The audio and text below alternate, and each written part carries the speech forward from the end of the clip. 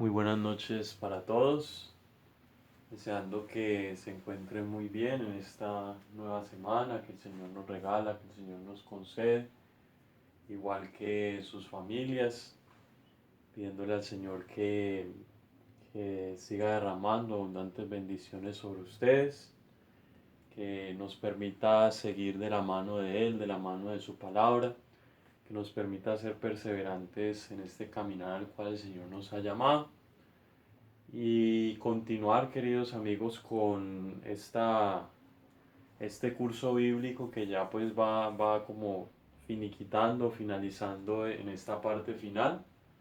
Ya en este módulo que es el módulo de Biblia 6 haremos y tocaremos muy brevemente pues cuestiones referentes al Nuevo Testamento. Entonces ya vamos a ver cómo toda esa preparación que nosotros tuvimos desde el Antiguo Testamento, ahora nos vamos a entrar en el Nuevo Testamento, que es donde vamos a encontrar el cumplimiento de aquellas promesas que vimos desde los profetas, que vimos inclusive desde Moisés, lo que nos hablaban pues también algunos salmos acerca de el Mesías, acerca de aquel que vendría a liberarnos, aquel que vendría a otorgarnos o acercarnos a Dios. Entonces eso es lo que vamos a intentar ver. Vamos a ir muy despacio, digamos, en estos momentos para intentar pues como profundizar. De todas maneras, tengan en cuenta de que este estudio, como se los he dicho desde el principio, no es algo muy profundo, más sin embargo, sí nos ayuda a entender algunas particularidades que nos van a permitir hacer ante todo una adecuada exégesis y entender muchas de las situaciones y de los mensajes religiosos que el Señor quiere transmitir. Pues con base a eso en esta noche voy a hacer una pequeña introducción al Nuevo Testamento para que la tengamos en cuenta. Vamos a pedirle al Espíritu Santo que Él nos siga iluminando, pedirle al Espíritu Santo que nos llene de su amor, que nos llene de su paz, que seas tu Espíritu de Dios comunicándonos la sabiduría, el entendimiento necesario, Señor, para profundizar en tu palabra. Ayúdanos, Señor, a que esa palabra se haga vida en nosotros, que esa palabra, Señor, sea fortaleza en estos momentos tan difíciles, Señor, por los cuales estamos atravesando. Y que nosotros, Señor, seamos esos primeros evangelizadores, esos primeros en llevar esta palabra a tantas personas que lo necesitan, Señor. Jamás permitas que nos apartemos de ti, Espíritu de Dios. Ven siempre en nuestra ayuda, ven siempre en nuestro auxilio, Espíritu Santo, y ayúdanos, Señor, a través de la caridad, ayúdanos a través de un testimonio con obras, a impulsar, Señor, el reino de Dios en nuestra vida. Que podamos ser, Señor, los primeros en manifestar que hay una iglesia viva, que hay una iglesia que se preocupa por el mundo, que hay una iglesia interesada, Señor, en llevar la luz en medio de tantas oscuridades y en medio de tantas tinieblas. Mamita María, intercede por nosotros, quédate junto a nosotros en este mes de mayo que iniciamos, oh Madre, en tu honor, intercede por nosotros y concédenos la gracia, oh Madre querida, de siempre ser esos humildes esclavos del Señor, para que también, al igual que en ti la palabra tomó, se hizo carne, también la palabra se haga carne en cada uno de nosotros. Ruega por nosotros, Santa Madre de Dios, para que seamos dignos de alcanzar las promesas y gracias de nuestro Señor Jesucristo. Amén. Que todo lo que hagamos y digamos en esta noche, en esta clase, sea guiado por el Espíritu Santo, en el nombre del Padre, y del Hijo, y del Espíritu Santo. Amén. En el principio existía la palabra, y la palabra estaba junto a Dios, y la palabra era Dios. Ella estaba en el principio junto a Dios. Todo se hizo por ella, y sin ella no se hizo nada. Lo que se hizo en ella era la vida, y la vida era la luz de los hombres. La luz brilla en las tinieblas, y las tinieblas no la vencieron. Hubo un hombre enviado por Dios que se llamaba Juan. Este vino para un testimonio, para dar testimonio de la luz, para que todos creyeran por él. No era él la luz, sino quien debía dar testimonio de la luz.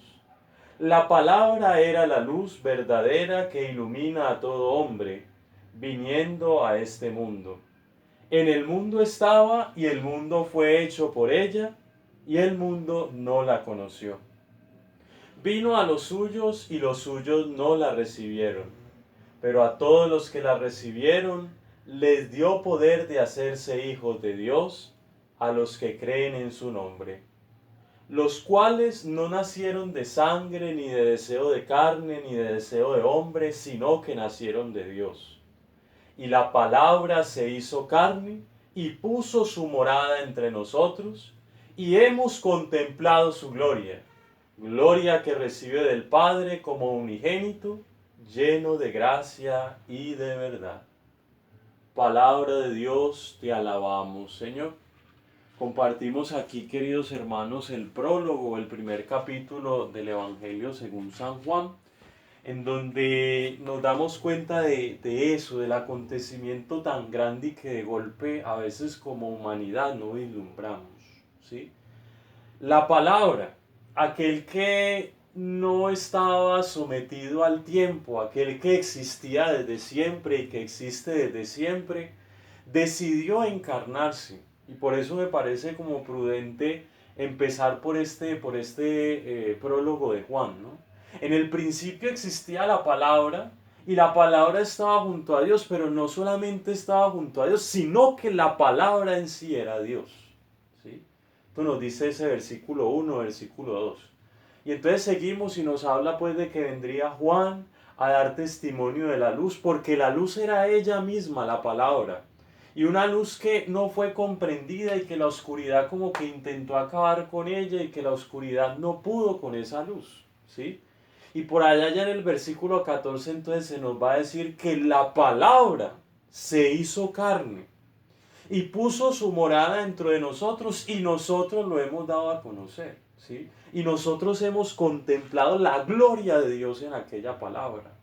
Es el testimonio cimentado que aparece particularmente del Evangelio de Juan, pero es el testimonio de los primeros discípulos y particularmente de los primeros apóstoles. Es decir, Dios mismo va a encarnarse, va a hacerse parte de la historia, ¿sí? Esa es una de las diferencias claves que nosotros tenemos con las demás religiones. Es Dios mismo quien quiso venir, hacerse hombre, cargar con toda nuestra naturaleza humana para redimirnos y nuevamente unirnos con Dios, ¿sí? Él mismo vino, porque ya vimos de que se anunció por los profetas, ya vimos de que Dios intentó como hacer muchas cosas en la historia de la salvación, pero quizá la forma en su infinita sabiduría de hablarnos verdaderamente fue tomando nuestra naturaleza humana, haciéndose el hombre, ¿sí? Entonces, eso es lo que nosotros vamos a ver, ¿sí? La experiencia de fe, la experiencia de transformadora que van a tener las respectivas comunidades, las comunidades que conocieron de primera mano los acontecimientos, los milagros de Jesús, ¿sí? Entonces eso es lo que vamos a contemplar a través de los evangelios. No van a ser biografías, no van a ser cuestiones de que se intente contar la historia o la vida de Jesús. Los evangelios no hay que mirarlos así, queridos hermanos. Los evangelios hay que mirarlos como la experiencia que va a tener el pueblo, que van a tener los primeros cristianos con la acción de Cristo, ¿sí? Que tuvo su paso, sí, por la tierra, pero más que todo con el Cristo resucitado, con el Cristo que da la vida. Así hay que entender esto y con eso nos vamos a introducir. Lo otro, queridos hermanos, es que hay que entender en qué contexto se encarna la palabra. Hay que entender el contexto en el cual nos encontramos. Entonces, nosotros ya habíamos visto esa cuestión, ¿no? Habíamos quedado en la dominación romana, ¿sí? Entonces recuerden de que después de que volvieron del exilio, pues hubo como una época ahí de relativa paz, pero llegaron los griegos, sí, y vinieron a acabar con todo, el popularísimo Antíoco Epifanes, que fue y profanó pues por allá el templo, y después de los griegos vinieron los romanos, sí, y quedamos en eso, en la dominación romana, sí, o sea, el contexto en el cual se encarna Jesús, en el cual nace Jesús, es un contexto en donde los romanos están dominan toda esa parte de la tierra en aquel entonces. Entonces, y ya digamos centrándonos un poco más en el pueblo pues de Israel, entonces vamos a tener un prefecto romano que va a ser Poncio Pilato, ¿sí? Es al que vamos a conocer pues en toda la vida pública de Jesús, ¿sí? A quien le hace pues el juicio a Jesús, ¿sí? Lo vimos pues en Semana Santa. Pero también los romanos, pues aparte del prefecto, tenían otras personas pues como para manejar allí los diferentes pueblos, o sea, tenían sus propios gobernantes que ellos mismos pues colocaban allí, obviamente a causa de que estos gobernadores locales tenían que pagar un impuesto a Roma, ¿no? Porque pues la plata de por medio, ¿no? La plata tenía que verse. Entonces vamos a encontrar una figura muy importante. En primer lugar va a ser Herodes el Grande, ¿sí? Herodes el Grande en el Evangelio, quizá si uno no lee bien de corrido o lo lee pues muy rápido, vamos a encontrar dos Herodes, ¿sí? Y tal vez en principio uno los confunda de que solo hubo un Herodes. No, van a haber dos Herodes. El primero va a ser Herodes el Grande, quien va a dominar entre el 37 más o menos hasta el año 4 antes de Cristo. Y es a ese Herodes al que se le atribuye pues la masacre de los santos inocentes, ¿no? Porque pues para empezar, Herodes el Grande va a tener como unos delirios pues de que él se va a autoproclamar también a sí mismo como rey de los judíos. Y él va a ser muy desconfiado con su familia, entonces se narra de que mandó a matar a dos de sus hijos porque él sentía que se iban a quedar con el poder de él, entonces los mandó a matar, creo que a una de sus esposas pues también. Entonces todo un personaje pues Herodes el Grande, un personaje pues que también desarrolló muchas construcciones de toda la parte pues de Israel, de allí desarrolló muchas construcciones, pero eso implicaba, ¿sí? Como nosotros lo podemos ver, o sea, ¿qué implica de que hayan construcciones, de que se mejore la carretera, de que se mejore todo y pues de que tienen que haber impuestos para que se paguen eso? Entonces el pueblo no estaba muy contento con eso, ¿no? La verdad, el pueblo no estaba muy contento porque sí se vivía una gran desigualdad social en aquel entonces, ¿sí? Y nosotros lo encontramos, por ejemplo, en parábolas como la parábola del rico Epulón y la parábola del pobre Lázaro, ¿sí? Allí encontramos ese contexto que el cual también se vivía en la sociedad de aquel entonces. Entonces muchos pobres, muchos pobres. Cuando muere Herodes el Grande, entonces él va a dividir su reino entre sus hijos, Arquelao, Herodes Antipas y Filipo. ¿Sí? Entonces, todo ese reino que le pertenecía a él se va a dividir en, en, en estos personajes que van a ser catalogados como tetrarcas, ¿sí? Porque gobernaban pues de cuatro o ciertos sectores pues allí. Y particularmente pues nos interesa un poco Herodes Antipas. Herodes Antipas es el que pues seguramente conoce a Jesús, el que va a tener el problema con Juan el Bautista. Recuerden que Juan el Bautista pues por ahí se nos habla de que le llamaba la atención porque Herodes Antipas pues vivía con la mujer de su hermano Filipo, entonces le decía que eso no estaba bien. Este Herodes es el que manda decapitar a Juan el Bautista, entonces ese es Herodes Antipas, Herodes hijo. Entonces eso es importante pues hacer como esa definición pues allí en primer lugar de los gobernadores locales, o sea, en el ambiente global del Imperio Romano pues van a haber muchos cambios y todo eso, pero como les digo, no vamos a tocar eso porque pues la idea es que este curso bíblico sea un curso de hacer una exégesis un poquito más profunda, entonces entender como ciertas cosas y yo creo que hasta allí sería como conveniente definir eso. Entonces, Roma que gobierna a través de unos gobernadores locales y tiene sus propios preceptos. Entonces, Pilato pues controlaba pues de que Herodes, Filipo, Arquelao, los que gobernaban todo eso allí pues le rindieran cuentas de qué era la administración, de todo eso, obviamente de los impuestos, muy importante los impuestos, la cuestión del dinero siempre lo ha sido a lo largo de la historia de la humanidad, siempre se ha visto pues que la cuestión del dinero desde que empezó pues a surgir ha sido muy importante en estas cuestiones. Entonces, eso por el ambiente o el contexto pues histórico, entonces estamos ubicándonos más o menos entre eso, entre el año 30, el año 4 antes de Cristo y el año pues 30, 33 más o menos donde ocurre pues la crucifixión. Y posterior a eso, ya los años 60, los años 70 después de Cristo, es que viene la escritura de los evangelios y las cartas y los libros del Nuevo Testamento, ¿sí? Entonces hay que tener en cuenta de que esto es muy importante, ¿no? Los evangelios van a escribir 20, 30 años después de los acontecimientos y eso lo vamos a analizar pues con más detalle. Bueno, desde el punto de vista social, pues vamos a encontrar pues de que estaba pues la sociedad, pero que había unos grupos especiales. Entonces, los fariseos, ¿sí? Los fariseos pues que se precian de ser pues muy rigurosos con la ley, de cumplir la ley, de hacerlo todo pues como se manda, de pagar pues los impuestos al templo, ¿sí? Y digamos que los fariseos, digamos diferente a lo que se puede pensar, no eran un grupo exclusivo de la clase alta, no, ¿sí?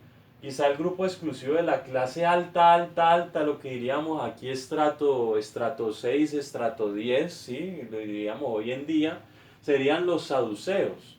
Porque en los fariseos también se encontraba también personas como de la clase media, algunos artesanos, algunos carpinteros, sí, o sea, personas que de pronto no gozaban pues de tampoco muy alta posición social, pero ahí estaban y que tenían particularmente eso, o sea, eran muy aferrados o muy cumplidores pues de la ley. Y ya vamos a ver pues en los textos que vamos a ver los diferentes problemas que van a presentar.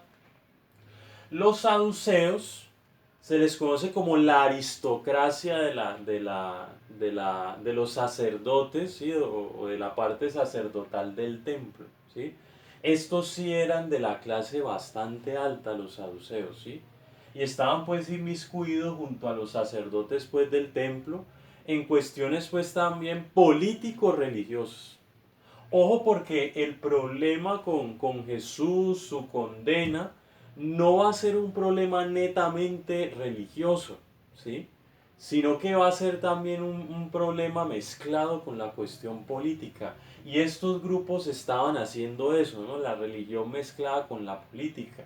Y eso es una combinación bastante fregada, ¿no? Cuando se usa la fe, cuando se usa las creencias de las personas para mantener manipulados al pueblo, para mantener el statu quo, se están cometiendo, violando derechos humanos, no importa, esto nos ayuda, entonces dediquémosle tributo pues al templo y no pensemos pues en injusticia ni en nada de eso. Ojo porque eso ha sido clave en sociedades como aquella de aquel entonces y también lo puede ser en cuestiones como la nuestra, queridos hermanos. Entonces, esa es una de las cosas que hay que ver muy críticamente, muy críticamente.